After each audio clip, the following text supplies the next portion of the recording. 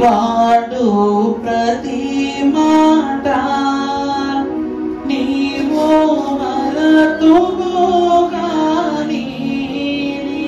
వాడు ప్రతి మాట నీవు మరతుగాని, దేవాడు మరతునా నీ కొండును సోమో, దేవాడు మరతునా నీ కొండును సోమో, ఆపారుతిని నాలో పునోమి, ఆపారుతిని నాలో పునోమి, అనసా శహాలో నరకమో సయము పారేమో, మనసా శహాలో నరకమో సయము పారేమో, ఆపారో ఇది మానో పునోమి.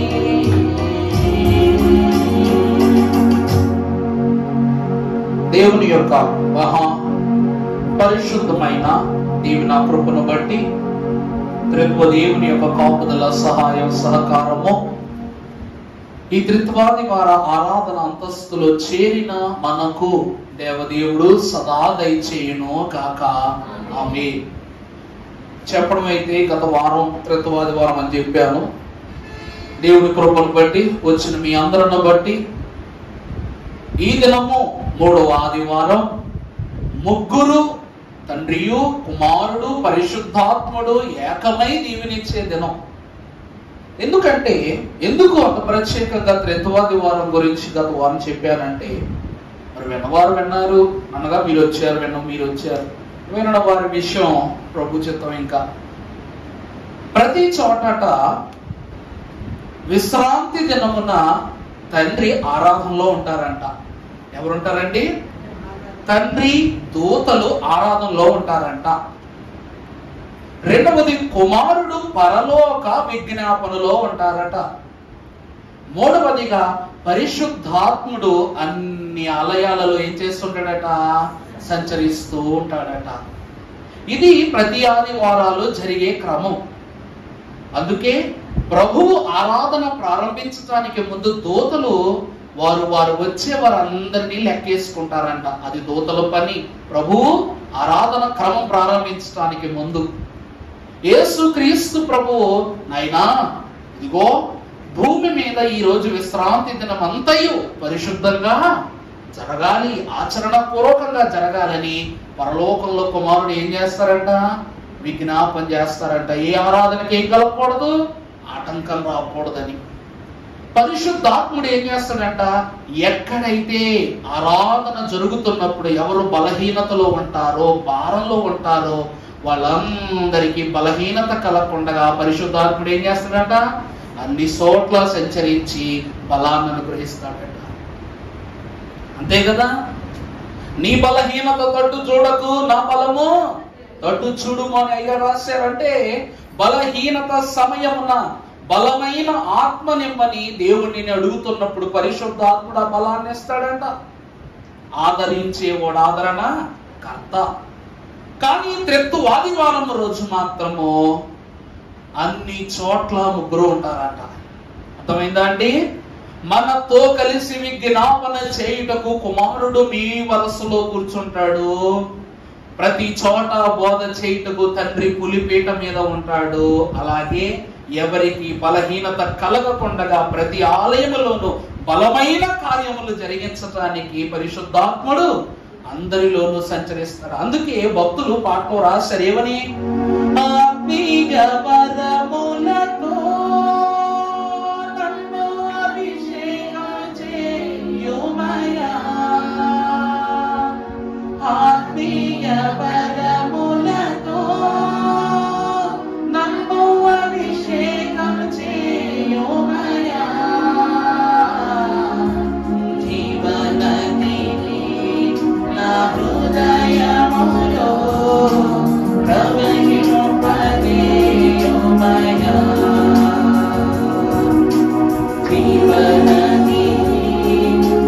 హృదయములో ప్రవహింపజేయుమయా.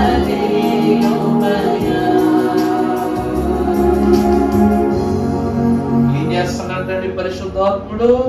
బలహీన పడకుండా దేహమంతా జీవ జలముల నదిని ప్రవహింప చేస్తాడట. అది పరిశుద్ధాత్ముని యొక్క పని. ఎప్పుడు ఈ చోటు నుండి ఆ చోటుకు వెళ్ళేటువంటి పరిశుద్ధాత్ముడు ఇప్పుడు ఈ దినమున మనతోనే కూర్చుంటాడంట. అంటే బలహీనత గడప దాటి లోనికి రాదు.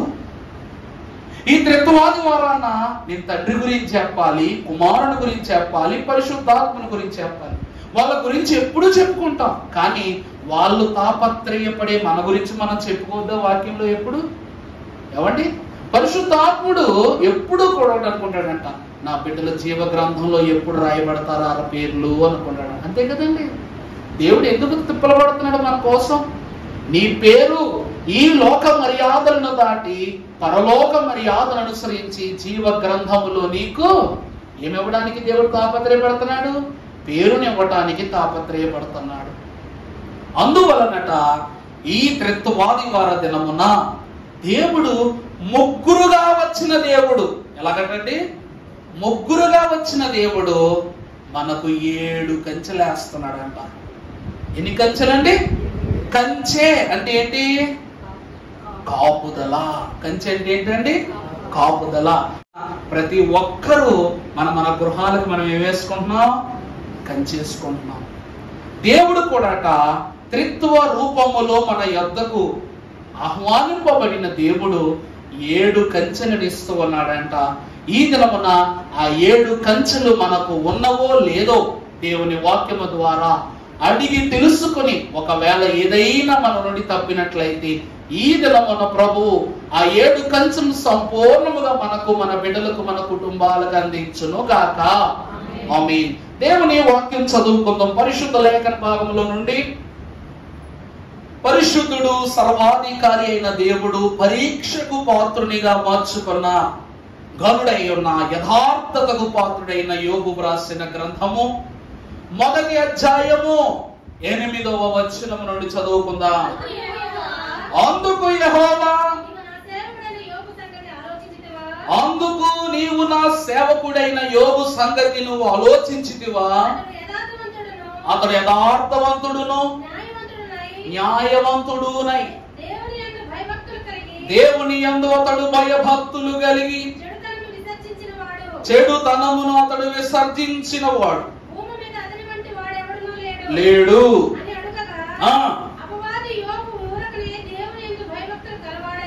అపవాది యోబు ఊరకయ్యే దేవుని యందు భయభక్తులు కలవాడైనా సమస్తమునకును చుట్టూ నువ్వు కంచె వేసితివి కదా.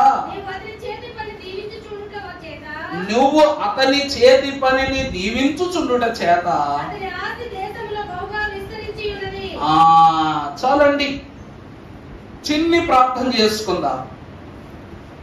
సమీపింపరాని తేజస్సులో నిత్యము అమరత్వమున వసించుచు ప్రతి గానములను పొందుకొనుచున్న మా తండ్రి, స్థల జ్ఞాని అయ్యున్న మీరు మా జ్ఞానమునకే మాత్రం అందరు, కానీ పరిశుద్ధుడు మహాగణుడై ఉన్నటువంటి సమూయేలు ప్రవక్తల పాఠశాలను స్థాపన చేసి దైవిక మర్మములను నీ సాన్నిధ్యమున అవపోసన పట్టింపజేసినట్లుగా ఈ దినమున నాయన ఈ బైబిల్ మిషన్ దేవుని మహిమ మందిరం అనే పరిశుద్ధ పాఠశాలలోనికి ఈ విశ్రాంతి దినమున చేరి వచ్చిన నీ బిడలైన వారు అవపోసన పట్టవలసిన పరిశుద్ధ మర్మములు ఈ త్రిత్వవాది వార దినమున తండ్రిగా మీరు బోధించండి, కుమారునిగా మీరు సరిచేయండి, పరిశుద్ధాత్మునిగా మీరు పరిపూర్ణతనివ్వండి ప్రభువా. ఈ 3 అంతస్తులు మాకు అనుగ్రహింపచేయు ఈ వాక్యమును మాలో ఫలింపజేసి దీవించి మహిమ పొందుమని, పాప ఫలములను తిన్న ఆదాము అవ్వల యొక్క శాపమును క్రీస్తువును రక్షణ ఫలముతో సరిచేసిన మహిమనాథుడైన యేసు నామమున వేడుకొనుచున్నాము తండ్రి. ఆమేన్. దేవుడైన యెహోవా యోబునకు కలిగి ఉన్న పరిశుద్ధమైనటువంటి ఆశీర్వాద కంచెను సంఘమైన మన చుట్టూ వేసి మనెల్లరూ వర్ధిల్ల చేయును గాక. ఆమేన్. సంతోషము. దేవుని యందు ప్రియబిడ్డలారా, దేవుడు సాతాను యొక్క ప్రమేయమును గమనించి స్వయముగా త్రిత్వ దేవుడు అడుగుతున్నారు, సాతానా, నువ్వు నా యొక్క సేవకుడైన యోబు యొక్క సంగతి నువ్వు ఆలోచించితివా అని అడగగానే, యోబు నేను చూశానయ్యా, యోబు చాలా గొప్పవాడిగా ఉన్నాడు, ఘనుడిగా ఉన్నాడు, సంపదపరుడు, ఆస్తిపరుడు, ఔదార్యముతో ఉన్నవాడిలో ఉన్నాడు. ఇదంతటికి కారణం నువ్వు అతని చుట్టూ వేసిన కంచె, అందుకే అతడు దీవింపబడి విస్తరించిన వానిగా ఉన్నాడు అని అన్నాడు. సాతానే స్వయముగా చెప్తున్న మాట, నువ్వు వేసిన కంచెను నేను దాటలేను. సాతానుడు ఏమన్నాడండి ప్రభు దగ్గరికి వచ్చి, నువ్వు అతని చుట్టూ కంచె వేసావు కాబట్టి కొంచెమైనను నేను దానిని దాటలేకపోతున్నాను, అతనిని ముంచలేకపోతున్నాను పాపంలో అంటున్నాడంట. నిజంగా కంచెకు అంత బలం ఉందా చెప్పాలి మీరు? కంచెకు అంత బలం ఉందా? అసలు మనం కంచె ఎందుకు వేసుకుంటాం? ఈ రోజుల్లో అయితే సరిహద్దులు, మనుషులు మూడులైపోయారు. ఇది నాది, ఇది నాది, ఇది నాదని వేసుకోవడానికి సరిహద్దులు వేసుకుంటున్నాం. కానీ ఒకప్పుడు కంచె ఎందుకు వేసేవారంట చెప్పండి? క్రూరమైనటువంటి జంతువులు, క్రూరమైనటువంటి చెప్పాలి పాములు కానీ, లేకపోతే గద్దలు వచ్చేసి పట్టుకెళ్ళిపోయి కోళ్ళైనా గొర్రెలైనా వాటిని పట్టుకెళ్ళిపోయి అవి ఏమీ రాకుండా కంచె వేసి భద్రమైన ఏర్పాటును అక్కడ వేసేవారు అన్నమాట. ఈ కంచెల మూలముగా మనకు అలాగునని మనకు కలిగిన దానికి ఏముండేది కాదు, హాని ఉండేది కాదు. దేవుడు కూడా సాతానుడు చూసినటువంటి కంచె ఏమిటనగా దేవుడు వేసిన కంచెనే చూశాడు. ఇది సామాన్యమైనటువంటి కంచె కాదు. దేవుడు సామాన్యమైనటువంటి కంచె వేరుదట. అసలు కంచె లేకపోతే ఏమవుద్ది మనకి? అంతే కదండి, కంచె లేకపోతే ఏమవుద్ది? వాటిలో చూద్దాం. ప్రసంగి గ్రంథము పరిశుద్ధ లేఖన భాగములో 10వ అధ్యాయం 8వ వచనం ఒకసారి చదువుకున్నట్లయితే, గ్రొయ్యి త్రవ్విన వాడు దానిలో పడును, కంచె కొట్టువానిని. చూసారా దేవుని వాక్యం ఏమంటుందో? అమలారా గమనించారన్నమాట. చూసుకోండి అమ్మా, అండర్లైన్ చేసుకోండి. ప్రసంగి 10:8. వచ్చే వారానికి మీకు పెన్నులు ఇస్తాను, ఎంతమంది రాసుకోండి, కాస్తంత వాక్యాలు జరపరచుకోండి. ఏమిటంట వాక్యం? ఏమంటుందంటే, గొయ్యి కొట్టువాని త్రవ్వువానుడు దాంట్లోనే పడిపోతాడట. కంచె ఎవరైతే కొట్టేస్తాడో అనగా తీసేస్తాడో వాడిని ఏం చేస్తాడు చెప్పండి? పాము గరుచుద్ది అన్నమాట. మరి సాతానుడు ఎవరు చెప్పండి? పామే కదా. సాతానుడు ఎవరమ్మా? పామే కదా. నరావతారిగా రానే సాతాను, పురుగుగా రానే సాతాను, క్రూర జంతువుగా రానే సాతాను, అన్ని జంతువులలో వివేకము గలది అయినటువంటి సర్వరూపమున ఏదేను వనములో కంచె దాటుకుని వచ్చేసాడు. ఆదామవ్వల యొక్క కంచె దాటుకుని వచ్చేసాడు. వారి ఒంటి మీద ఉన్న మహిమ వస్త్రం అనే కంచెలను తీయించేశాడు. అలాగా కంచె ఎవరైతే తీసేస్తారో, దేవుడు ఎప్పుడైతే మన నుంచి కంచె తీసేస్తారో వాళ్ళని ఏం కరుస్తుందంట? పాము కరుస్తుందంట. జాగ్రత్త పెట్టుకోండి ఈ విషయాన్ని. దేవా నాయన అనునిత్యము నీ చెయ్యి నాతో ఉండాలి, రక్షణ నాతో ఉండాలి, లేకపోతే అపవాది ఏం చేస్తాడంట? కాటేసి వెళ్ళిపోతాడంట. అనగా ఇంత ప్రాముఖ్యమైనటువంటి కంచెను ఆనాడు ఆదాము అవ్వలను సైతము పాడు చేయగలిగిన నేను ఈ దినమున యోబుని ఏం చేయలేకపోతున్నా? పాడు చేయలేకపోతున్న కారణము నీవు వేసిన కంచె. ఇక్కడ అతడే అంటున్నాడు. ఏమని అంశంలోనికి వెళదాం. ఏమని? 9వ వచనం. అని అడుగగా అపవాది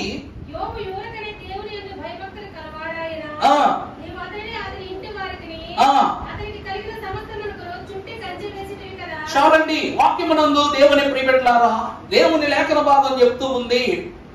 దేవుడంట సాతానునికి దేవుడు చెప్తున్నాడంట, నువ్వు అతనికిని అతని ఇంటి వారికి అతనికి కలిగిన సమస్తమునకు నువ్వేమేశావు అంటే యోబు ఒక్కడి మీద దేవుడు కంచేయలేదు. అర్థమైపోతుంది వాక్యాన్ని బట్టి. యోబు యొక్క తనువునకు దేహం సమస్తమునకు దేవుడు కంచేసాడంట. ఇంటి మీద కంచేసాడంట, అతనికి కలిగిన ప్రతి దాని మీద దేవుడు కంచె వేశాడంటే ఇక్కడ దేవుడు యోబునకు కలిగిన వాటి చుట్టూ కంచెలు ఉన్నాయి. ఏంటి యోబు కలిగి ఉన్నది? వాక్యములో అంశ భాగము 1వ అధ్యాయము ప్రారంభములోనికి మనం వెళితే అమ్మా 3వ వచనం చదువమ్మా. అమ్మా అతనికి 7,000 గొర్రెలను, 3,000 ఒంటెలను, 500 జతల ఎడ్లును, 500 ఆడగాడిదలు కలిగి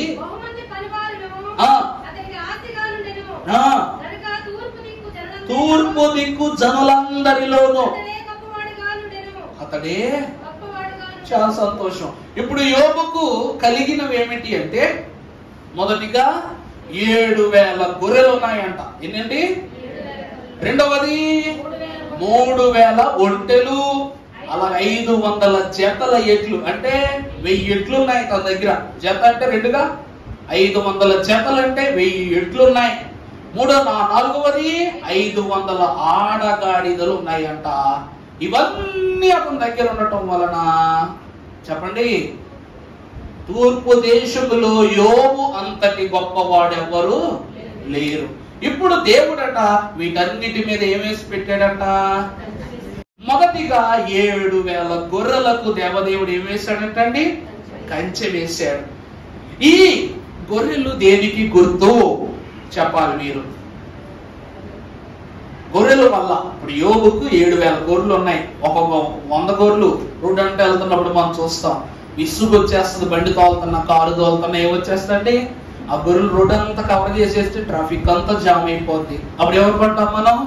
ఎందుకు వచ్చింది సంతరా బాబు, ఏంట్రా బాబు, వీళ్ళు తోలంట్రా వెనకాల నుంచి ఓ పొలో మన ఆర్మలు కొట్టేస్తా ఉంటాం. ఏమన్నా అంతే కదయ్యా.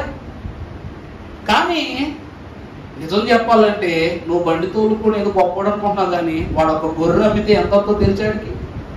అలాంటి 200, 300 గొర్రెలు ఎదురుగా వెళితే ఆడ ఆస్తిపరుడా మనం ఆస్తిపరులమా? చెప్పడమ్మా. వాడే ఆస్తిపరుడు. గొల్లలోని చిన్న చూపు చూడకూడదు. వాళ్ళ దగ్గర ఉన్న ధనము సామాన్యమైన ధనం కాదు. ఈ రోజు పండగలో మట్టినెట్టకుండా పని అవుతుందా? పబ్బానికి మట్టినెట్టకుండా పని అవుతుందా? అన్నిటికీ ఏం కావాలి? మటన్ కావాలా? పోనీ అలాగని ఒక మాంసాహారానికి అది ఉపయోగపడద్దా అంటే గొర్రె చర్మముతో బెల్టులు తయారు చేస్తారు, బ్యాగులు తయారు చేస్తారు, చాలా తయారు చేస్తారు. మూడవది గొర్రె బొచ్చుతో స్వెటర్లు తయారు చేస్తారు. ఊళ్ళు అంటాం కదా, ఊళ్ళతో ఏం తయారు చేస్తారండి? స్వెటర్స్ తయారు చేస్తారు. అంటే గొర్రె దేనికి గుర్తట? సంపాదనకు గుర్తు. వాక్యంలో చూపిస్తాం. మొదటి సమూయేలు గ్రంథము 25వ అధ్యాయము 4వ వచనం చదువుకుందాం. మొదటి సమూయేలు 25. అమ్మా నాబాలు గొర్రెల బొచ్చు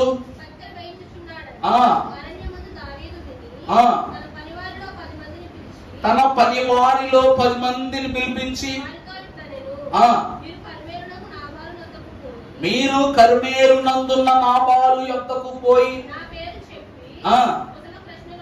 అడిగి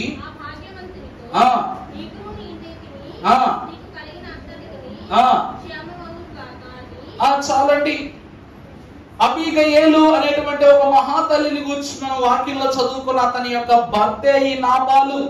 ఆ కాలమునందు సౌలు నుండి తప్పించుకుని కొండ గుహలలో అరణ్యములో ప్రయాణము చేస్తూ సుమారుగా 500 మంది, క్షమించాలి 300 మంది సైన్యాన్ని తయారు చేసుకున్న దావీదు మహాభక్తుడు ఈ నాబాలు యొక్క గొర్రెలకు ఏం చేశాడట? కాపరిగా ఉన్నాడట. ఏ క్రూర మృగాలు వాటిని అపహరించకుండా కాపలాగా ఉండేవాడట దావీదు యొక్క సైన్యము. ఒక రోజు ఈ నాబాలట ఈ గొర్రె మాంసమును, ఈ గొర్రె బొచ్చును అన్నిటిని అమ్మి బహుగా సంపాదన చేసుకున్నప్పుడు దావీదట తన యొక్క మనుషులను పంపించి, మీరు కుశల ప్రశ్నలు అడిగి ఆ విందులో నుండి కొంత భాగమును మనకు ఇమ్మని నాబాలుకు చెప్పండి అంటే ఈ నాబాలు ఏమంటాడు? 10వ వచనంలో చూద్దాం. నాబాలు దావీదు ఎవడు? యెషయి కుమారుడు ఎవడు? తమ యజమానులను విడిచి పారిపోయిన దాసులు ఇప్పుడు అనేకులు ఉన్నారు. నేను సంపాదించుకునినా చూసారు అక్కడ ఏమనుంది? ఈ గొర్రెల వల్ల అతనికి ఏమైందంట? సంపాదన వచ్చింది. తాను సంపాదించుకున్న అన్నపానములను నా గొర్రె బొచ్చు కత్తిరించు వారి కొరకు నేను వధించిన పశుమాంసమును తీసి నేను బొత్తిగా ఎరుగని వారికి ఇస్తున్నానని దావీదు దాసులతో చెప్పగా. చాలండి అమ్మ. ఇక్కడ ఏమంటాడంట? నేను కష్టపడి ఈ పనులన్నీ చేయించుకుని నేను కూడబెట్టుకున్న అన్నపానములు ఆదాయములు ఎవరో తెలియని ఒక కాని వ్యక్తికి నేను ఇస్తానా అంటున్నాడు. అందుకే గొర్రెలు దేనికి గుర్తంటే ఆదాయానికి గుర్తు. గొర్రెలు దేనికి గుర్తంటే ఆదాయానికి గుర్తు. అందుకే కలిమికి గుర్తు కనుక దేవుడు మొట్టమొదటిగా యోబు యొక్క కలిమి అయి ఉన్నటువంటి లేక సంపాదన అయ్యున్న గొర్రెల మీద ఏం వేశాడట? కంచె వేశాడు. మనం కూడా ఉద్యోగాలు చేసి సంపాదిస్తున్నాం, పనులకు వెళ్ళి సంపాదిస్తున్నాం.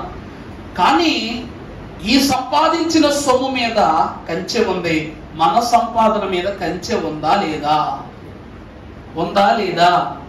మరి మనకు అప్పులు ఎందుకు ఉంటున్నాయి చెప్పండి? మనకు అప్పులు ఎందుకు ఉంటున్నాయి?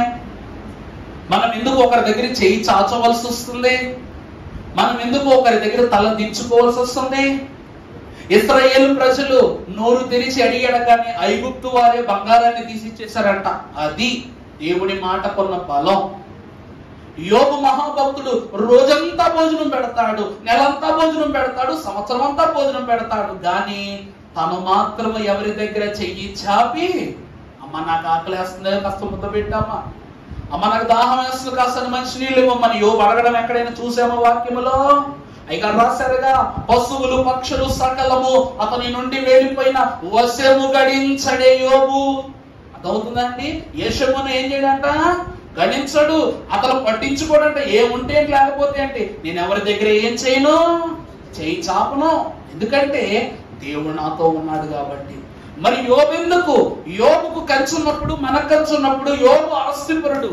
మనం ఎందుకు సంపాదించుకుంటున్న బాగా లేకపోతున్నాం? అంటే మన ఆస్తి పాస్తుల చుట్టూ ఏం లేదు ఇప్పుడు చెప్పాలి? కంచె లేదు. అంటే మన దగ్గర ఒక కంచె లేదని నిర్ధారణ అయిపోయింది ఈరోజు. మరి మన యొక్క సొమ్ము మీద కంచె పడాలి అంటే ఏం చేయాలి చెప్పండి? మనం కూడా యోబుల 7,000 గొర్రెలు తీసుకోవాలా? అబ్రహాం అంతకంటే ఆస్తిపరుడు. కానీ అబ్రహాముకు అన్ని ఇచ్చాడు, అన్నిటికీ కంచేశాడు. కానీ అబ్రహాం ఏమంటాడు తెలుసా? అయ్యా బిడ్డలు లేరయ్యా నాకు, ఎందుకు నాయన నాకు నేను అంటాడు అబ్రహాం. అంటాడంట. ఈరోజు నీకు జీవితంలో అనుభవించుటకు మంచి ఆయుధారం ఇస్తున్నాడు, మంచి గృహాన్ని ఇస్తున్నాడు, మంచి కుటుంబాన్ని ఇస్తున్నాడు, బిడ్డలను ఇస్తున్నాడు, మనవలను ఇస్తున్నాడు, మనవరాళ్ళని ఇస్తున్నాడు, వాళ్ళందరినీ పోషించుటకు గల ధన సహాయాన్ని ఇస్తున్నాడు. అయినా నీ చెయ్యి ఎక్కడికి వెళుతుంది? అప్పు మీదకు వెళుతుంది. దేవుడు అన్ని స్వాస్యాలు నీకు ఇచ్చి అన్నిటికీ కావలసినంత సొమ్మిస్తున్నాడు కదా. ఇవన్నీ ఇచ్చుచున్నా కూడా మనం ఎందుకు చేయి చాపుతున్నాం? అప్పు చేస్తే బాధలు ఉండవా చెప్పండి? అప్పు ఎలా తీర్చాలో టెన్షన్తో నిద్రట్టదు, ఆకలేదు. ప్రశాంతంగా బయటకు వెళ్ళి ఓ 10 పూటల మందు తెచ్చుకుందాం అనుకున్నాం, మనము 100 లెక్కలు వేయాల. 1 కిలో చికెన్ తెచ్చుకుందామంటే మనశ్శాంతి తినడానికి లెక్కలు వేసుకోవాలా? నిజమా కాదండి? ఇది సత్యమా కాదా? కారణం ఏమిటంటే మన యొక్క ఆస్తి మీద కంచె లేదు కాబట్టి. ఆలయము నందు దేవుడు అనుగ్రహించుచున్న బీద విధవరాలి కానుకకెందుకంత కంచె? అన్నియు కలిగి ఉన్న ధనికులకు లేదు ఎందుకు ఈ కంచె? ఎందుకంటే ప్రియబిడ్డలారా, వ్యర్థమైన ఖర్చు. మనం ఏం చేస్తున్నామంట? వ్యర్థమైన ఖర్చులు. ఆలోచించు. నీ నెలకు జీతం చేతిలోకి రాగానే ఆ నెలంతా పండుగలు ఉన్నాయా? పిల్లలకు బట్టలు కొనాలా? ఓ లెక్కేసుకో. ఇంటికి నెలవారీ సరుకులు ఏం తేవాలి? లెక్కేసుకో. నెలలో ఎన్నిసార్లు చికెన్ తెచ్చుకో? లెక్కేసుకో. పిల్లలకు ఫీజులు ఎంత అవుతాయి? లెక్కేసుకో. అంతా లెక్కేసుకో కదా. అంతా పక్కన పెట్టుకుని మిగిలింది దాచుకుంటే నువ్వు అప్పు కోసం చేయి చెప్తావు దగ్గరేనా? కొందరికి వ్యసనాల జబ్బు. అర్థమైందండి?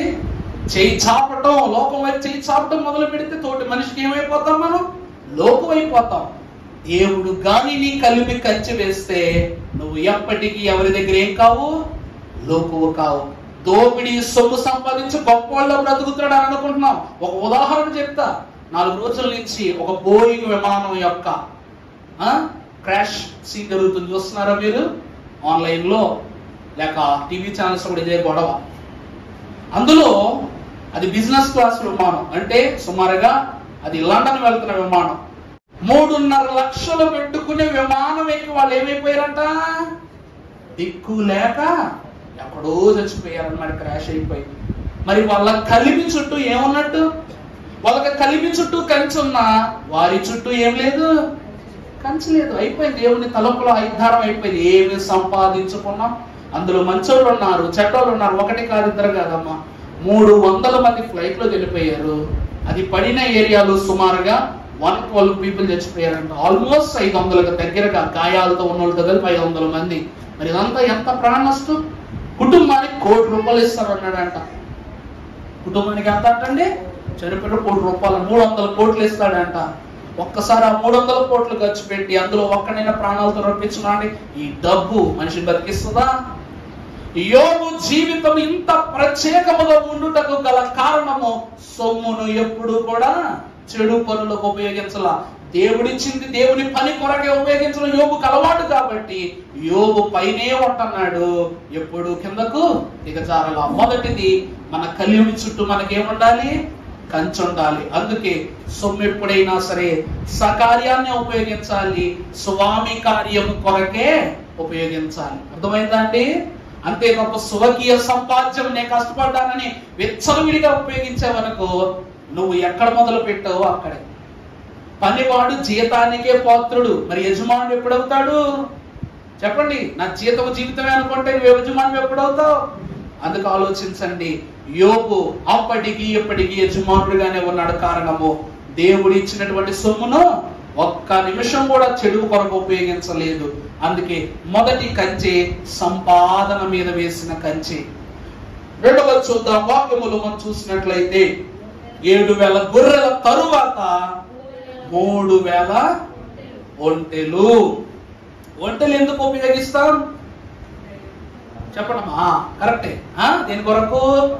ప్రయాణము కొరకు. ఒక ఒంటెను చూసుకోవడం ఎంత కష్టమో తెలుసా మీకు? ఆది కాండములో మహాభక్తుడైనటువంటి ఎలియాజరు తల్లిగారైనటువంటి రెబెక్కమ్మ గారిని వెతక చూడడానికి వెళ్ళినప్పుడు ఆమె ఒంటెకు నీళ్లు పెట్టినప్పుడు చెప్తారు, ఒక్కొక్క ఒంటె 101 బిందె నీరు తాగుతుందంట. అది కూడా ఎడారి ప్రాంతంలో 101 బిందె నీరు ఎక్కడి నుంచి తెస్తాడు మనిషి? ఒక ఒంటెను సాకడం అంటే నీకు నీ కలిగిన అన్ని చేయటమే. అలాంటిది యోబు దగ్గర ఎన్ని ఒంటెలు ఉన్నాయంట? 3,000 ఒంటెలు ఉన్నాయంట. అంటే ఇతని దగ్గర ఉన్న వాటిని తరలించటానికి, ఇతను ప్రయాణం చేయటానికి, ఇతను పనివారు ప్రయాణం చేయటానికి ఎంత వస్తు సామాగ్రి ఉందో చూడండి. ఈరోజు మనము ఒంటెలు వాడట్లేదు కానీ ఏం వాడుతున్నాం ఇప్పుడు మనం? చెప్పండి. కారులు, కేటీఎం బళ్ళు వాడుతున్నాం. 2.5 లక్షలు పెట్టి కేటీఎం వాడతాడు. ఈడికే సరిపోదు. వెనకాల ఇంకొకటి ఎక్కించుకుంటాడు. అటు సడన్ గా బ్రేక్ కొడతాడు, దడేలు పని వెళ్ళిపోతాడు కొందకి. అలాంటి బళ్ళు కొంటాం. ఒక ఒంటి మీద 4 కూర్చోవచ్చంట. 4 అయితే ఇద్దరే. దేవుని ఎందుకు ప్రైవేట్లారా? సరే, ఈ ఒంటెలు 3,000 ఒంటెలు. ఈ ప్రయాణములో ఇక్కడి నుండి అక్కడికి, అక్కడి నుండి ఇక్కడికి ఎన్నో పనులు జరుగుతూ ఉంటాయి. అంటే ఒంటెలు ప్రయాణమునకు గుర్తు కాబట్టి రెండవ కంచె ప్రయాణములో కంచె. మనము ప్రార్థన చేసుకునేటప్పుడు బయటకు వెళ్తున్నప్పుడు నాయన నీ రాకపోకల యందు యెహోవా నీకు తోడయ్యుండును అని వాక్యం అంటుంది. వాక్యంలో చూద్దాం. పరిశుద్ధ గ్రంథంలో ఆదికాండం 31వ అధ్యాయము 17వ వచనం మనం ఒకసారి చదువుకున్నట్లయితే, యాకోబు లేచి తన కుమారులను తన భార్యను ఒంటెల మీద ఎక్కించి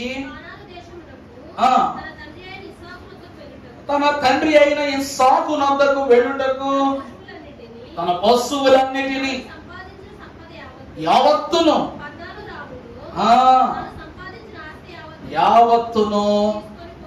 చూసారా? ఇస్సాకట తన బిడ్డలను, తన భార్యను, తన సంపాదనను, ధన ధాన్యములను అన్నింటినీ కూడా మూట కట్టి ఎక్కడ పెట్టి పంపిస్తున్నాడంట? ఒంటెల మీద పెట్టి యాకోబు ఏం చేస్తాడు? తన తండ్రి అయి ఉన్నటువంటి ఇస్సాకు యొద్దకు పంపిస్తాడు. అలాగే పెద్దనరాములో తాను సంపాదించిన ఆస్తి యావత్తును తీసుకుని పోయెను. ప్రభువునందు దేవుని ప్రియబిడ్డలారా, నీ రాకపోకలయందు యెహోవా నీకు కీర్తనాకారుడు 121వ కవిదు కీర్తన ఆఖరి వచనములు అంటాడు ఈ మాట. నీ రాకపోకలయందు ఎవరు తోడై ఉండాలి? ఎవరిని నన్ను అడుగుతారా ఒక మాట, నేను మీకు సమాధానం చెప్తాను. అయ్యగారు, ఆ కాలంలో ఒంటెల మీద ప్రయాణం చేసి యాక్సిడెంట్లు అయిపోయి చచ్చిపోయిన వాళ్ళు చాలా మంది ఉన్నారు. అయ్యగారు, ఒంటెలు చాలా ప్రమాదము అన్నోళ్ళు ఎంతమంది ఉన్నారండి? మా ఇంట్లో ఒక్కసారి కూడా యాక్సిడెంట్ అవ్వలేదండి ఇప్పుడు వరకు అన్న వాళ్ళు ఎవరంటే చెయ్యొద్దండి ఒకసారి చెప్పండి. మా ఇంటిలో పాదిలో మేము ఎప్పుడు బండి మించపడలా, కారుతో యాక్సిడెంట్ కావాలా, ఎవడో నిన్ను ఒక బండి వేసుకొచ్చి గుద్దేలా, నేనే పొరపాటున ఓ బండిని గుద్దుకోవాలా అన్న వాళ్ళు ఎవరైనా ఉన్నారా? అదే కష్టం. ఎవరో ఒకరికి మన ఇంటిల్లో పాదులో ఎవరో ఒకరికి ఏదో ఒక దెబ్బ తగులుతూనే ఉంది. దేవుడు మనకిస్తున్న కలిమితో సరైన వాహనం కొనుక్కోవట్లా. స్కూటీ మీద వెళ్ళినా ఊరు వెళ్తాం, కారు మీద వెళ్ళినా ఊరు వెళ్తాం, డ్యూక్ బండి మీద వెళ్ళినా ఊరు వెళ్తాం. కానీ క్షేమంగా వెళ్తున్నామా? ఆ కాలంలో ఎడ్ల బండి మీద వెళ్తే ప్రశాంతంగా వెళ్ళిపోయేవాడు, తర్వాత ట్రాక్టర్ల మీద పోయేవారు. అన్ని ఉన్నప్పటికీ ఈరోజు ఎన్ని సౌకర్యాలు ఉన్నా కడప దాడి బయటికి వెళ్తే ఎదురెవడొస్తాడో తెలియదు, వెనకాల ఎవడొచ్చి కొడతాడో తెలియదు, ఏ కుక్కడొస్తో తెలియదు, ఏ పురుగు మీద పడదో తెలియదు. యోబుకు తన బ్రతికిన ఏ క్షణములో కూడా ఎప్పుడు తన ప్రయాణములు ఏ శోధనలు, ఆ కాలంలో దారి దోపిడి దొంగలు ఉండేవారు, నడుచుకుని వెళ్దామంటే కుదిరేది కాదు. ఒంటెలైతే ఎవరో చేయలేనంత ప్రయాణం చేసేవి. ఎంత ప్రయాణం చేసి ఒంటె యొక్క కళ్ళకు గంతలు కట్టేసామంటే ఒంటె ఎలా వెళ్తుందో తెలియదు, వెళ్ళిపోతూనే ఉంటది. ఇక అదే గంతలు తీసేమనుకోండి 10 కిలోమీటర్లకు ఒక అడుగు కూడా ఇస్తామా? అదొందన్నమాట. ఒంటెకి ఒక్కసారి కళ్ళ గంతలు తీస్తే 10 కిలోమీటర్ల దూరం కనబడుతుందంట ఒక క్యామెల్కి. దానికి ఉన్న తెలివి ఎందుకంటే నీళ్లు దాచుకోవడానికి 2 పోర్షన్స్ ఉంటాయి దానికి. ఒకటి దాచుకుని తాగుద్ది, రెండోది భద్రం చేసుకుంటది అనమాట, వాటర్ ట్యాంక్ లాగా. దాని ప్రకారమే అడుగులేస్తుంది అది. అలాంటి జ్ఞానం ఉన్న ఒంటెకు 10 కిలోమీటర్లు దాని కంటి చూపు ఎక్కడికైతే స్పాట్ చేస్తో అక్కడికి వెళ్ళి అడుగు ఆపేస్తుందంట. అందుకు ఆ కాలంలో సుదూర ప్రయాణాలు చేసేవారు, ఒంటె కళ్ళ గంతలు కట్టేసేవారు. కట్టేసి అది అంత దూరం వెళ్తాం, అది నీళ్లు సంపూర్ణంగా అయిపోయే వరకు అడిగేసరిగేసారి ఎక్కడాగలు అక్కడ ఆగిపోద్ది అలసిపోయి. అలాంటి ఒంటెలు 3000 ఒంటెలు యోబుకున్నాయి. ఈ ఒంటెలతో చేసిన ఏ ప్రయాణములో కూడా యోబు ఎప్పుడు ఏం కాలేదంట? ఆపదకు గురి కాలేదట. అంత గొప్ప ప్రయాణంలో దేవుడు కంచె వేసి వాళ్ళ కుటుంబాన్ని నడిపించాడు. రెండవది ప్రయాణ కంచె. మూడవదిగా వాక్యములో చూసినట్లయితే పరిశుద్ధ గ్రంథములు సామెతల గ్రంథము యోబు గ్రంథం క్షమించమ్మా 1:3 మూడోది ఏంటమ్మా? 7000 గొర్రెలు, 3000 తర్వాత 500 చాలు. ఎడ్లు ఎందుకు ఉపయోగిస్తాం మనం? ఎడ్లు ఎందుకు ఉపయోగిస్తామండి? మన అన్ని ఫార్మర్ ఫ్యామిలీసే కదా, చెప్పండి. సేద్యపరచుటకు, భూమి ఏం చేయటానికండి? సేద్యం చేయటానికి. ఈ ఘనమైనటువంటి ఎడ్లను గురించి సొలొమోను మహాభక్తుడు సామెతల గ్రంథంలో ఒక మంచి మాట చెప్పాడు. వాక్యంలో చూద్దాం. సామెతల గ్రంథము 14వ అధ్యాయము 4వ వచనం చదువుకుందాం. ఎద్దులు లేని చోట గాదె యందు ధాన్యం ఉండదు, ఎద్దుల బలము చేత విస్తారము వచ్చుబడి కలుగును. వాక్యము సెలవిచ్చుచున్న పరిశుద్ధమైన సంగతి ఏమిటనగా, ఎట్లు లేని చోట గాదె యందు ఏమి ఉండదు. అది దేవుడు మూడవదిగా 500 జతల ఎడ్లను ఎందుకు ఇచ్చాడంటే, ఒక్కొక్క జత ఎడ్లు ఎంత సేద్యం చేస్తున్నావు అంటే ప్రియులారా, యోబు యొక్క గాదెలో ధాన్యం ఏమవట్లేదు, తరగటం లేదు. ఎంత గొప్ప మాట చూసారటండి. ఎడ్లు లేని చోట గాదెలో ఏముండదంట. దేవుని యందు ప్రియబిడ్డలారా, ఆ గాదె ఎట్లుంటదంటే అంత ఎత్తు ఉంటది. ఏమండి, దాన్ని నీటిగా వెదురు పొలలతో నీటిగా అల్లి దాని చుట్టూ పేడ అలికి దాన్ని గట్టిగా పటిష్టంగా చేసి దాచి పెడతారు, నేల కమ్మిరేటట్టుగా. వచ్చిన ధాన్యం అంతా కూడా అందులో దాసేస్తారు. ఎలకలు ఇవన్నీ తినకుండా బస్తాలు దాసి తినేస్తాయి కాబట్టి అదంతా పూడ్చి దానిపైన కప్పేస్తారనమాట.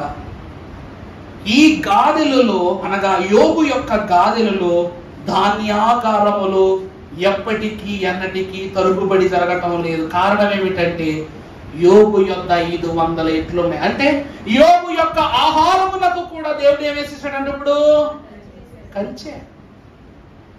ఈరోజు 5 కేజీలు బియ్యం కూడా తెచ్చుకుంటే ఇంట్లో 4 ఉంటున్నా కూడా మనశాంతిగా భోజనంలో పోతున్నాం.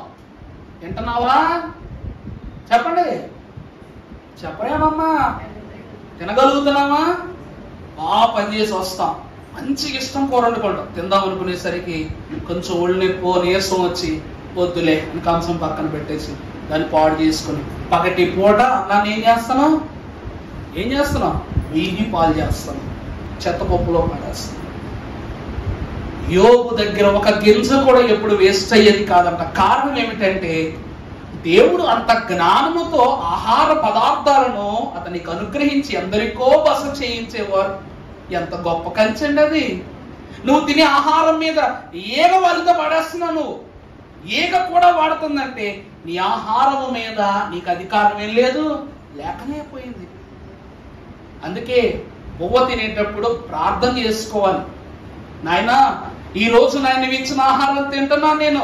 ఇలాంటి ఆహారం ఎంతో మందికి లేదు. ఈరోజు నేను పుష్టాన్న భోజనం తింటున్నా, కానీ రోడ్డు మీద అందరికీ ఆకలి దప్పికలతో పడిపోతున్నారు. వారికి నోటికి అందదు, మనసు తీరా తృప్తిగా తినలేరు. వారికి ఎవరు పట్టుకెళ్ళి పెట్టను కూడా పెట్టరు. నా బ్రతుకు అలా చేయలేక నన్ను ఈ స్థితిలో వచ్చిన దేవా వందనం అని చెప్పుకుని ఏం చేయాలి?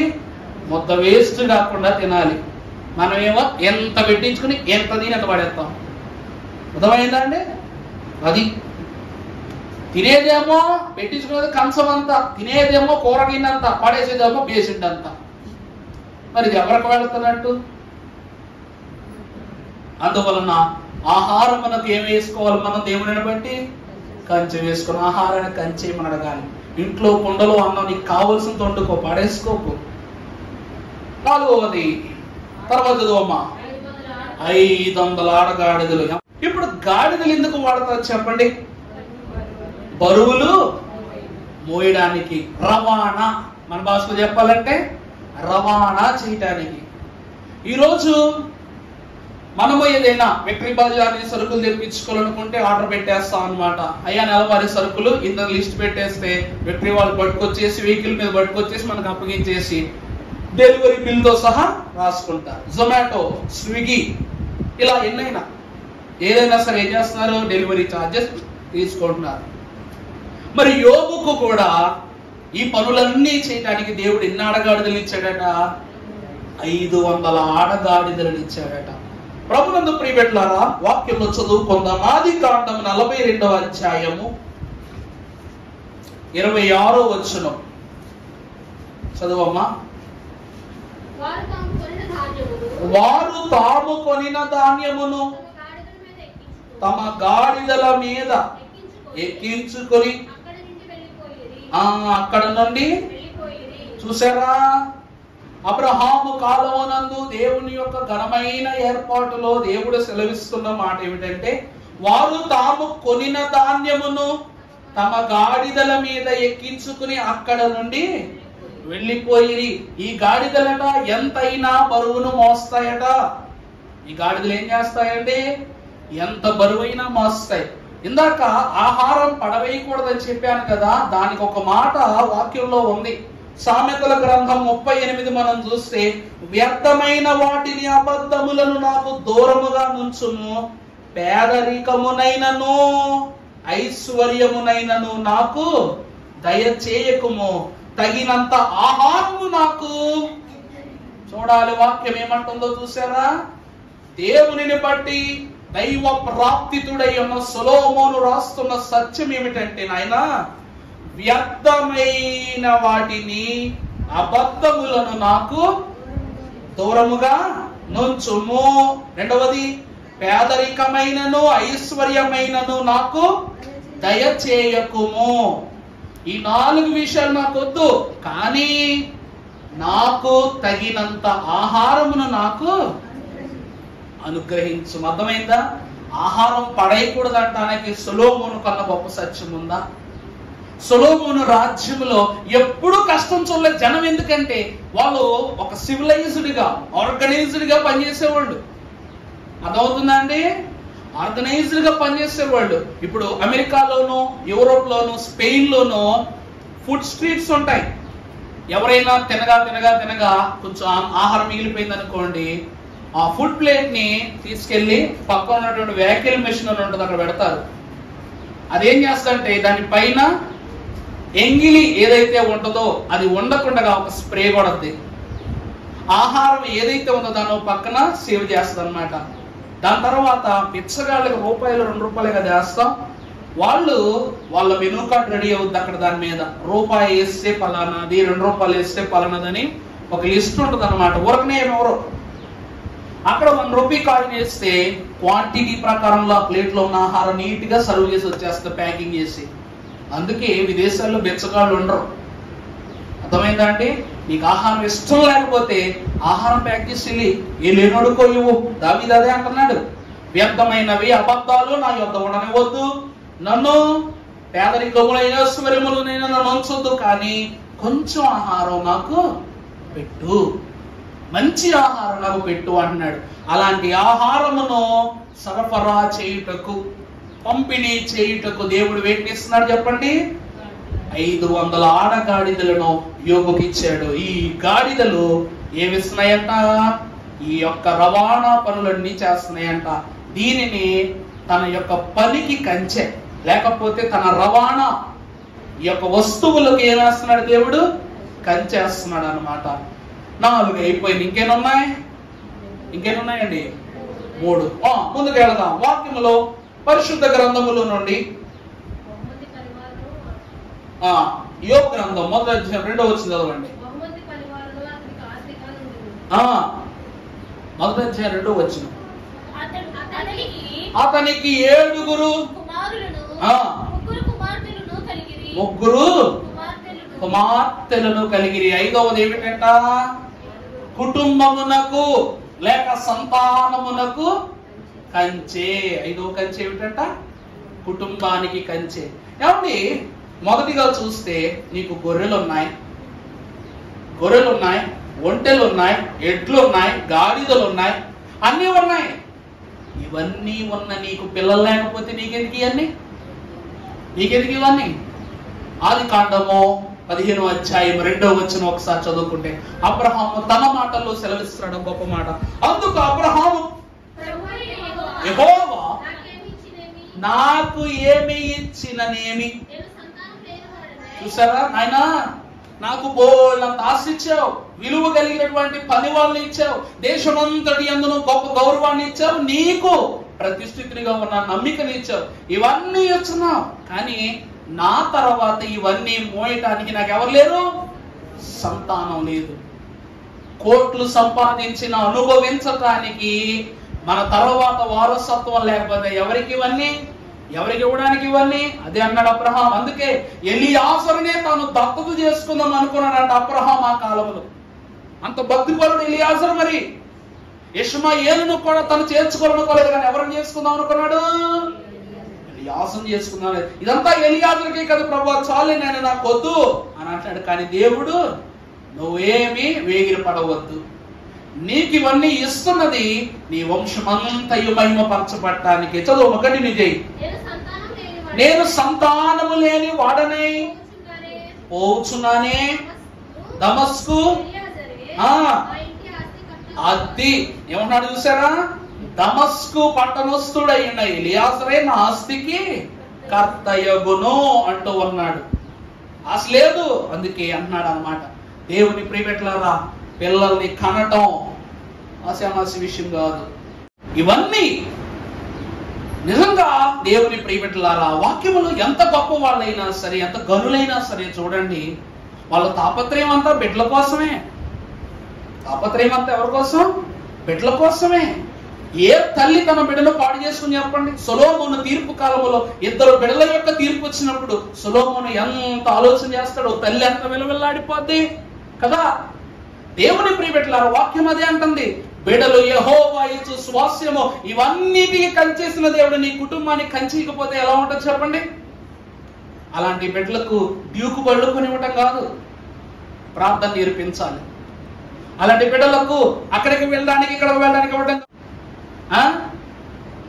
ఎందుకనగా ఒక్కసారి జరగకూడని లేక పడకూడని మచ్చ గాయము తగిలితే దాన్ని ఎవరో సరిచేయలేరు. ఒక్కసారి కంచి పోతే, మీకు అర్థం కాని విషయం, కంచి పోతే దేవా దేవా దేవాని ఏడ్చినా కూడా దేవుడు కూడా ఏం చేయలేడంట, ఏమి చేయలేడంటే కాలం మారిపోతే. ఉదాహరణగా దావీదు కుమారులు పాడైపోయారు, ఇద్దరు పాడైపోయారు. ఇద్దరు ఏమైపోయారంట? పాడైపోయే నాశనం అయిపోయి చనిపోయారు.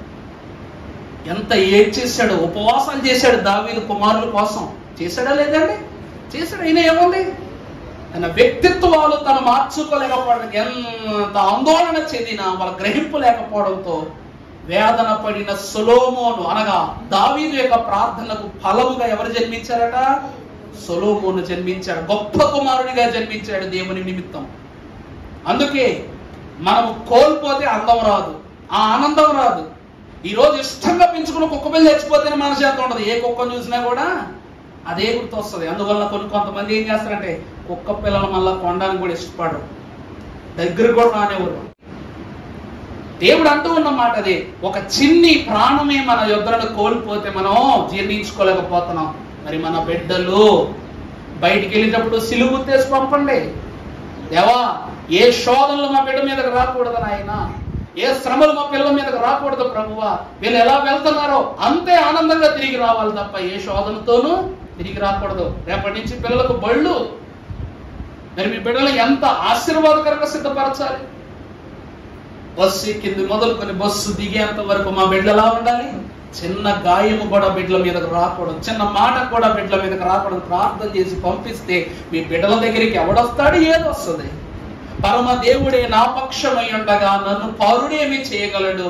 ఆ పరమ జనకుడే నా పట్టై ఉండగా పాప పరుడేం చేయగలడు? హరించేవాడు కూడా దేవుడు ఏం చేస్తాడంట? తోసేస్తాడంట. అందుకే అన్నాడు అపవాది, అతని కలిగిన దాని చుట్టూ కూడా నువ్వు కంచేసేవని. యోబు కలిగినది సంతానం కాదా? 5వది కంచె, సంతానమునకు లేక కుటుంబము చుట్టూ వేసిన కంచె. తర్వాత ముందుకు వెళదాం. యోబు గ్రంథం 2వ అధ్యాయం 7వ వచనం చూద్దాం. కాబట్టి అపవాది యెహోవా సన్నిధి నుండి బయలు వెళ్ళి బాధగల కురుపులతో యోబును మొత్తెను. చాలండి. 6వ సంగతి శరీరము. నీ చుట్టూ ఏముండాలి? కంచె ఉండాలి. కంచె లేకపోతే ఎలా చెప్పండి? ఈ శరీరానికి అవసరమా కంచె? వాక్యమే చెప్తా ఉండదు అనమాట. మీరు మీ శరీర అవసరం అనుసరించకుండా దేవుని యొక్క ఆలోచన చొప్పున మీరు నడవండి అని వాక్యం చెప్పుద్ది. అలాంటప్పుడు శరీరాన్ని పట్టించుకోద్దని చెప్పిన వాక్యం శరీరమునకు కంచె వేయటం ఏంటి? కొరింథీ మహాభక్తుడు 1 కొరింథీ పత్రికలో రాస్తాడు, మీ దేహము దేవుని ఆలయమై ఉన్నది. ఏమై ఉన్నదంటే దేవుని యొక్క నిలయమై ఉన్నది. కాబట్టి ఈ దేహము చుట్టూ దేవుడు ఏం వేస్తున్నాడంట? కంచె వేస్తున్నాడంట. అలాంటి సాతానుడు దేహానికి ఏం వేశాడంట? కురుపులను శోధన పుట్టించాడు. ముందుకు వెళదాం వాక్యములో 4వ వచనం. అపవాది చర్మము కాపాడుకొనుటకై చర్మమును తన ప్రాణమును కాపాడుకొనుటకై నరుడికి చూసారు ఏమంటుందంట? చర్మమును కాపాడుకొనుటకై, చర్మమును ప్రాణమును కాపాడుకొనుటకై తనకు కలిగినది యావత్తును. ఈ మాట ఎందుకన్నారు తెలుసా? మనుషులంట దీనికోసం ఏదైనా చేస్తారు. మనుషులంట చెప్పండి, దీనికోసం ఏమైనా చేస్తారు. ఇక్కడే పడిపోతాడు అని మనిషి. వాక్యం అంటుంది, అర్థం కావట్లేదా? చర్మము కోసం చర్మం ఇచ్చేస్తారంట. ఈ ప్రాణము కోసము దేనినైనా ఇవ్వటానికి సిద్ధపడుతురు కదా. నేను చంపేస్తాం రా అని అన్నాడు అనుకో, నీకు కావాలి, ఏం కావాలంటే తీసుకో అంటాడు. నేను చంపేస్తానంటే ఏమంటాడంట? నీకు ఏం కావాలంటే తీసుకో, కారు కావాలా, నాస్తి కావాలంటే తీసేసుకో అంటాడు. కొంతమంది చెప్పండి, సొంత వాళ్ళ నమ్మకానికి పెట్టేస్తారు. సొంత వాళ్ళు ఏం చేస్తారంట? అన్ననో, చెల్లినో, అక్కనో, తల్లినో, తండ్రినో, ఎవరినైనా కూడా ఏం చేస్తారంట? అమ్మకానికి పెట్టేస్తారంట. సబబా ఇదంతాను? చెప్పండి, నువ్వు అమ్మకానికి పెడుతుంది నీ దేహాన్ని కాదు, దేవుని ఆలయాన్ని. గుర్తెట్టుకో, నువ్వు దేని నమ్మకానికి పెడుతున్నావండి? ఇక్కడ ఆలయం ఉంది, ఆలయము దేవుని మహిమ ఉంది. ఇదే సొలొమోను మహాభక్తుడు కట్టిన మందిరమును ఇస్కరియోతు క్షమించాలి సొలొమోను కట్టిన మందిరమును తన కుమారుడైన రెహబాము ఏం చేశాడంట? యెరోబాముకు అమ్మకానికి పెట్టాడంట. లేవీయులైనటువంటి వారిని మీరు ఆలయాన్ని విడిచిపెట్టి ఈ ఆలయానికి వచ్చి ఏం చేయండి? దేవునికి పూజలు చేయండి అంటే, లేవీయులు మేము రాం, యూదులు మేము రామన్నారు. ప్రతిమా గోత్రికులందరూ కూడా ఏమైపోయారంట? దాను గోత్రం వెనకాల వెళ్ళిపోయారు. వెళ్ళిపోయి ఏం చేశారంట?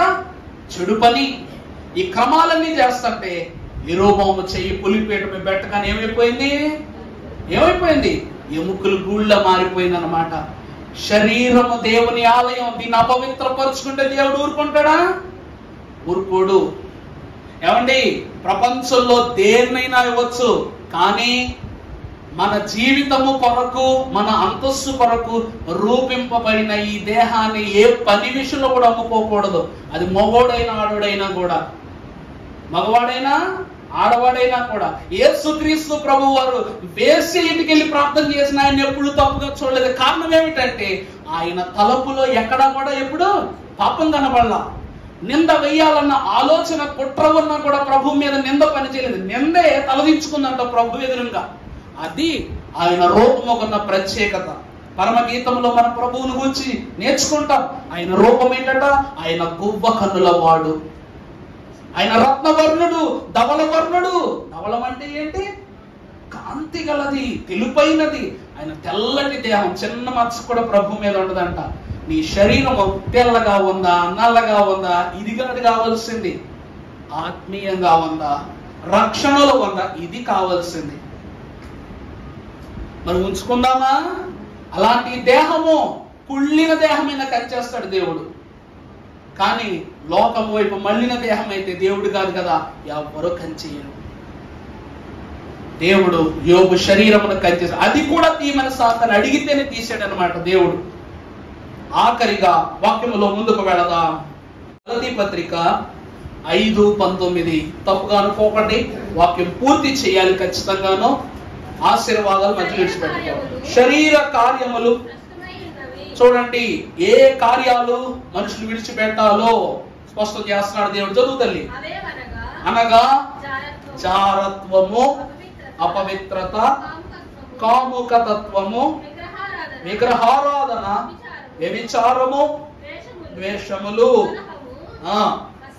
మత్సరములు, క్రోధములు, కక్షలు, భేదములు, విమతములు, అసూయలు, మత్తతలు, అల్లరితో కూడిన ఆటపాటలు మొదలైనవి. వీటిని గూర్చి మునిపే చెప్పిన ప్రకారమును ఇట్టి వాటిని చేయువాడు దేవుని రాజ్యమును స్వతంత్రించుకొనరని నీతో స్పష్టంగా చెప్తున్నాను. ఎవరంటున్నారు ఈ మాట? అపోస్తలుడైన పౌలు భక్తుడు. ఇవి మొత్తం 15 దుర్గుణాలు. ఈ 15 దుర్గుణాలు మనలో ఉంటే నీ శరీరం పాడైపోయినట్టే. అదవుతుందండి. ఈ 15 దుర్గుణాలు నీ మీద ఉంటే నీ శరీరం ఏమైపోయినట్టు. రంగు పూసుకుని అందమైన దుస్తులు ధరించుకుంటే ఆరోగ్యవంతులు కాదు. అర్థమవుతుందండి. నీవు నిటారిగా నడిచిన, ఎన్ని పనులు చేసిన, ఎంత గొప్పగా ఉన్నా, నీ ఆయుష్ 100 ఏళ్ళైనా నీ వయసు 25 ఏళ్ళ కనిపించిన నువ్వు ఆరోగ్యవంతుడు కాదు.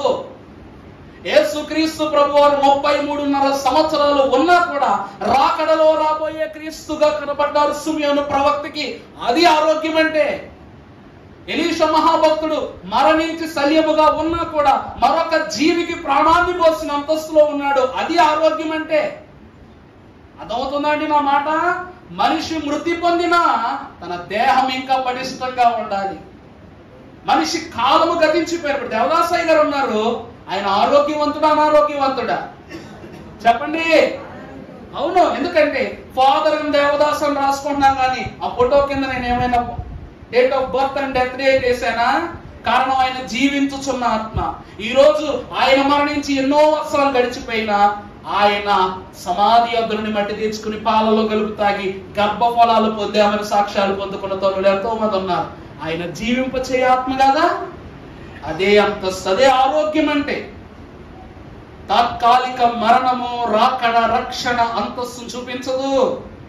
మహిమైశ్వర్యముతో కూడుకున్న అంతస్తు చూపించాలి. అది ఆరోగ్యం అంటే.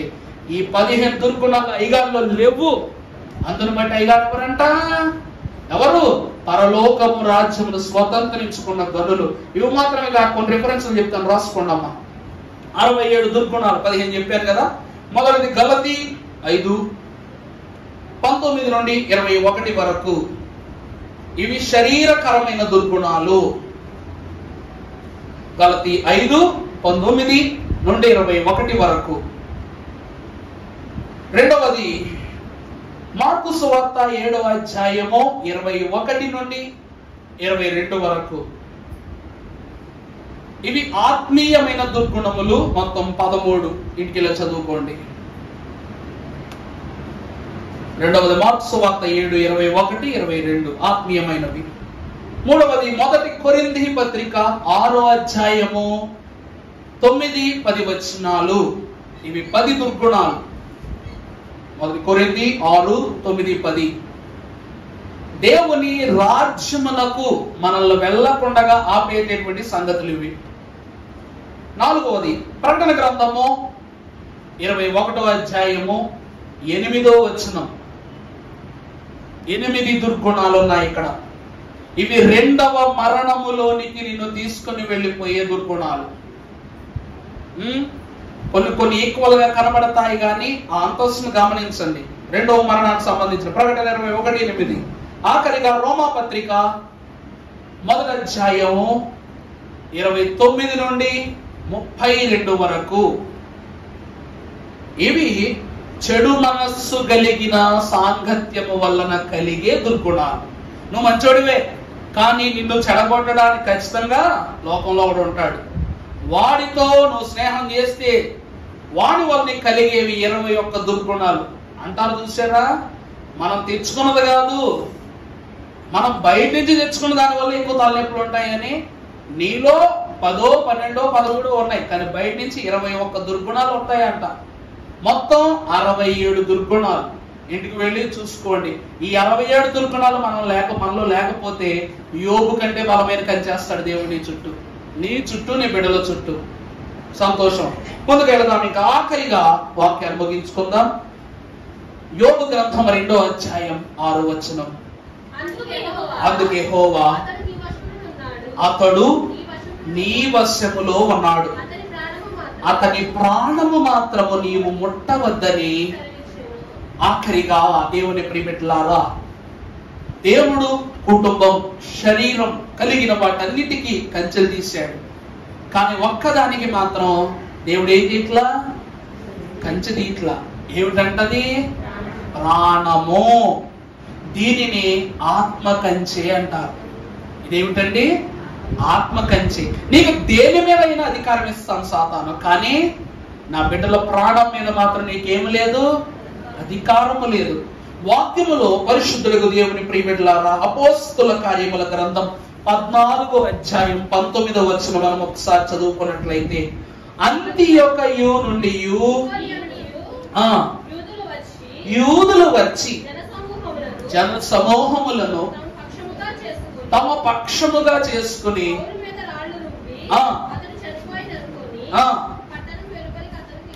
చాలండి. పౌలు మహాభక్తుడు, మంచి సువార్థికుడే, కానీ పౌల రాళ్ళు ఎంచుకున్నంత గొప్ప వాళ్ళు ఎవరు లేరు ఈ లోకంలో నాకు తెలుసు. ఒక రాయికి మనం 100 రాళ్ళకు సమాధానం చెప్పాలి. అర్థమైందండి? ఒక రాయి వేస్తే మనం ఎన్ని రాళ్ళకు సమాధానం చెప్పాలి? 100 రాళ్ళకు సమాధానం చెప్పాలి. స్టెఫను మీద పడిన ప్రతి రాయికి పౌలు సమాధానం చెప్తున్నాడట. అర్థమవుతుందా మన మాట? స్టెఫను శ్రమను కన్నులారా చూచి కూడా మాట్లాడని మోగవాడైపోయినందున పౌలు మహాభక్తుడు. ఎందుకంటే దేవుడే సాక్షి. పౌలుకు ఎవరు సాక్షి ఉన్నారు? దేవుడే. స్టెఫను విషయంలో దేవుడే సాక్షి అయిపోయారు కాబట్టి ప్రతి రాయికి పౌలు సమాధానం చెప్తున్నాడు. చూడండి, అంతియోకియా నుండి ఇకోనియా నుండి యూదులు వచ్చి జన సమూహములను తమ పక్షముగా చేసుకు. చూడండి, పౌలు సువార్త చెప్తుంటే వ్యతిరేకముగా ఉన్న వారందరూ, రే వాడెవడో మనల్ని పాడు చేస్తున్నాడు రా, వాడెవడో మనందరికి చెడు బోధలు చెప్తున్నాడు రా అని వాళ్ళందరినీ ఒకవైపు తిప్పుకొని పౌలు పైన రాళ్ళు రువి అతనిని చావబాది అతడు చనిపోయాడు అనుకుని ఏం చేశారంట? పట్టణం బయటికి ఈడ్చేశారంట. చనిపోయాడు అనుకుని ఏం చేశారంట? పట్టణము బయటికి ఈడ్చేశారంట. తర్వాత ఏమైందంట? అయితే శిష్యులు అతని చుట్టూ నిలిచి ఉండగా అతడు లేచి పట్టణములో ప్రవేశించి మర్నాడు బర్నబాతో కూడా దెర్బేకు బయలుదేరిపోయాను. యోబు మహాభక్తుని చుట్టూ ఆత్మ కంచె ఉంది, తన ప్రాణము చుట్టూ కంచె ఉంది కాబట్టి సాతానుడు అతన్ని చేరలేకపోయాడు. పౌలు మహాభక్తుని మీద రాళ్లు వేశారు కానీ అందరూ ప్రాణం పోయింది అనుకున్నారు, కానీ పౌలు ప్రాణం పోల. కారణం ఏంటి తెలుసా? అతని చుట్టూ ఏముంది? కంచె ఉంది కాబట్టి వాళ్ళందరూ చంపేసామనుకుని వెళ్ళిపోయారు. శిష్యులు రాగానే పౌలు మరలా యథావిధిగా లేచి ఆ గాయాలన్నీ సరిచేసుకుని ఆ రోజు ఆ ప్రాంతంలో ఉండి తర్వాత రోజు బయలుదేరి దెర్బేకు వెళ్ళిపోయాడు. రెండో సువార్త చెప్పుకోవడానికి వెళ్ళిపోయాడు. క్రీస్తు నిమిత్తమై నింద పాలైనటువంటి వారు ధన్యులు, ధన్యులు. యోబు పిల్లలు చుట్టూ దేవుడు ఎందుకు కంచేశాడు తెలుసా? వాక్యంలో ప్రారంభిద్దాం ఒక్కసారి, ముగింపు ఇంకా ఏమనుకోద్దాము దయచేసి. అతనికి 7 కుమారులు 3 కుమార్తెలను కలిగిరి.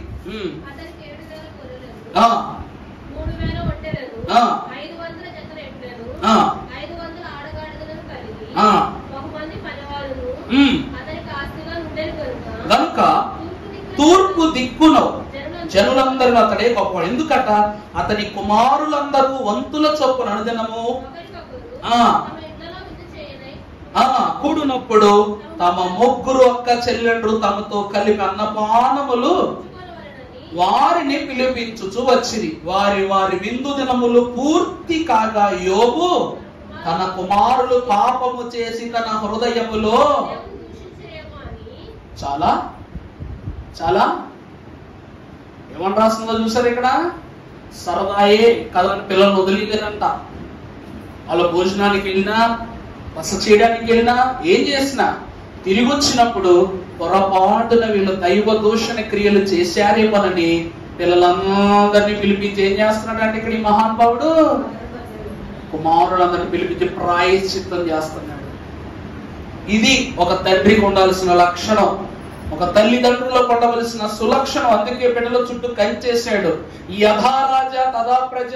పిల్లలైన వాళ్ళు ఎంత గొప్పోళ్ళైనా తండ్రిని చూసి ఎదగాలి, తల్లిని చూసి ఎదగాలి. మనమే దారి తప్పిపోతే మనల్ని చూసి ఎలా ఎదుగుతారు? గొప్పళ్ళు అవుతారా? గొప్పళ్ళు అవుతారా చెప్పండి? దేవుడు అందరికీ కనిపిస్తాడు, కానీ చివరిదాకా నువ్వు కాపాడుకుంటావా? కాపాడుకుంటావా? కాపాడుకుంటానంటేనే దేవుడు నీ దారి మార్చేస్తాడు. లోకంలో ఉంటే బాగు చేసేస్తాడు, అన్నిటిని ఇచ్చేస్తాడు. ఇది ప్రసంగం అనుకోవద్దు, నా మార్పుకి ఇదే పరిణామం అనుకోండి. అనుకుంటారనుకోరా? ఈ త్రిత్వాది వారంలో తండ్రి కంచేశాడు, కుమారుడు కంచేశాడు, పరిశుద్ధాత్ముడు కంచేశాడు. ఈ 3 కంచెలు దాటడానికి అపవాదికి బెదురు, కానీ ఈ కంచెలు 3 దాటి వెళ్ళటానికి నువ్వు మాత్రం ఎప్పుడు ప్రయత్నించొద్దు. దాటితే పాము ఏం చేస్తుందంట? కరిచేస్తుంది. జాగ్రత్త, జాగ్రత్త. దేవుడి మీద ఉంటే అప్పు చేసే దౌర్భాగ్యం రాదు. దేవుడు ముందుంటే ఆహారం దగ్గర ఎప్పుడు మనం వెనకబడక్కర్లేదు. దేవుడు ముందుంటే కష్టం ఉండదు, శ్రమ ఉండదు, కుటుంబానికి చింత ఉండదు. ఎందుకంటే దేవుని ప్రియబిడ్డలారా, అయ్యగారు ఆఖరిగా రాశారు, రక్షకుడే నా పక్షమై ఉండగా శిక్షించువాడెవడు,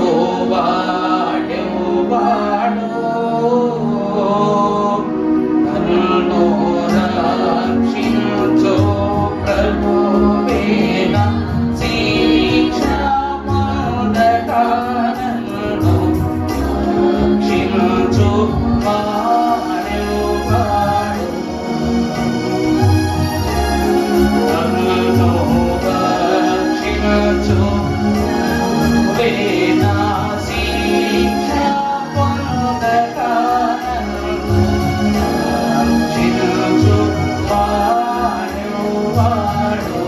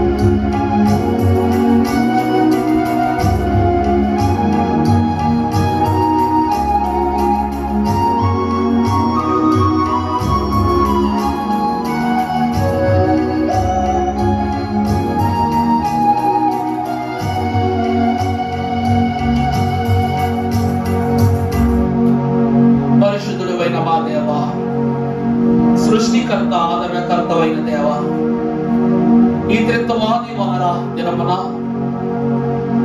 తండ్రిగా బోధించిన తండ్రి, కుమారునిగా నీ బిడ్డల మధ్యలో ఉండి విజ్ఞాపన చేసిన తండ్రి, పరిశుద్ధాత్ముడ ఈ తరుణము వరకు బలహీనతలోనికి వెళ్లకుండా నీ బిడ్డల ఆలోచనలు కాపుదలగా కాసిన తండ్రి,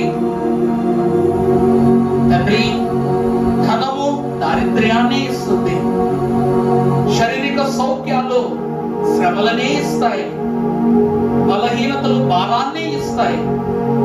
ఈ లోకములో మేము ఇష్టపడింది ఏదైనా కూడా కష్టాన్ని ఇస్తుందప్ప, నష్టాన్ని ఇస్తుందప్ప. నేను నెమ్మదయ్యా మంచి చదువు, మంచి సంస్కారమును, మంచి గౌరవమును, అది పరలోకమునకు కీర్తిని తెచ్చి పెట్టాలని సెలవిచ్చారు దైవజనుని ద్వారా. అందుకే గొప్ప విద్యాభ్యాసము చేసిన దైవజనులు కూడా పరలోక విద్యావంతుడై నీకు కీర్తి తెచ్చారయ్యా. అంతటి కరుని బిడ్డలమైన మేము లోకములో ఏ బిడ్డ చెడిపోకుండా, పడిపోకుండా బడిగా నీ ప్రేమలో సాగే ధన్యత మాకు దయచేయమని కృపామయుడు, సర్వాధికారి అయిన తండ్రి, ఈ రక్షణ భాగ్యము కనపరచుమని వినయముతో వేడుకొనుచున్నాము.